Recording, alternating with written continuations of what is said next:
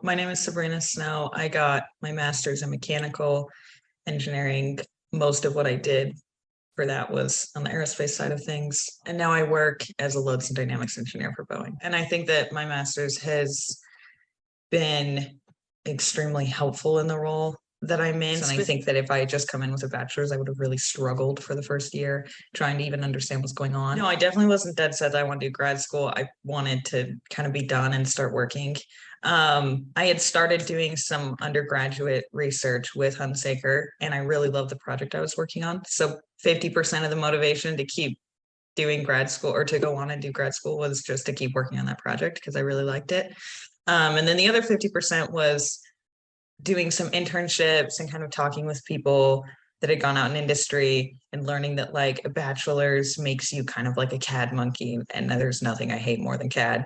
And so it's like, I want to do the master's was exactly what I wanted. My advice would be like, if you are just on the fence and you don't know what you want, like think about the type of stuff you actually enjoy doing and what you really want your job or your career to look like. If you want to be someone that has a little bit more ownership over projects and is kind of almost in the like analysis side and application side where you do have a deeper understanding of the fundamentals and you can apply them, then probably like, yeah, go for a master's. I mean, the most rewarding because of the project I worked on was every flight test we had. I mean, even if it like crashed and exploded, like it is like a very special feeling to see something that you built like take off and start flying. And so yeah, that was probably like the most enjoyable, rewarding part. Obviously, it's sad when it just like laments to the ground, but definitely enjoyed those. My work-life balance was great in grad school. In my undergraduate, I think I kind of was like definitely more like just grind, like be on campus 12 hours a day and just study and do homework endlessly.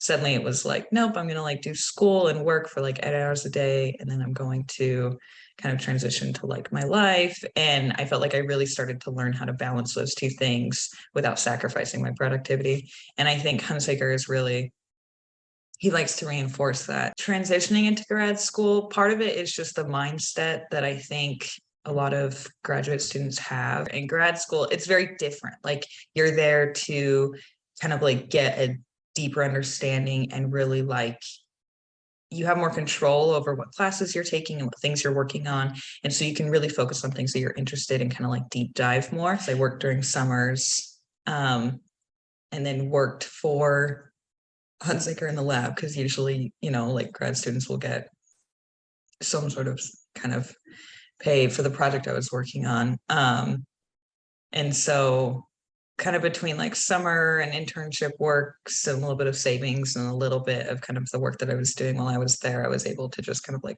pay as I go. So I didn't have to take out loans or anything. As an undergraduate, when you're signed up for like 5 or 6 classes and you have to be on campus at certain times and be sitting in a class, it's really easy because your schedule's already there.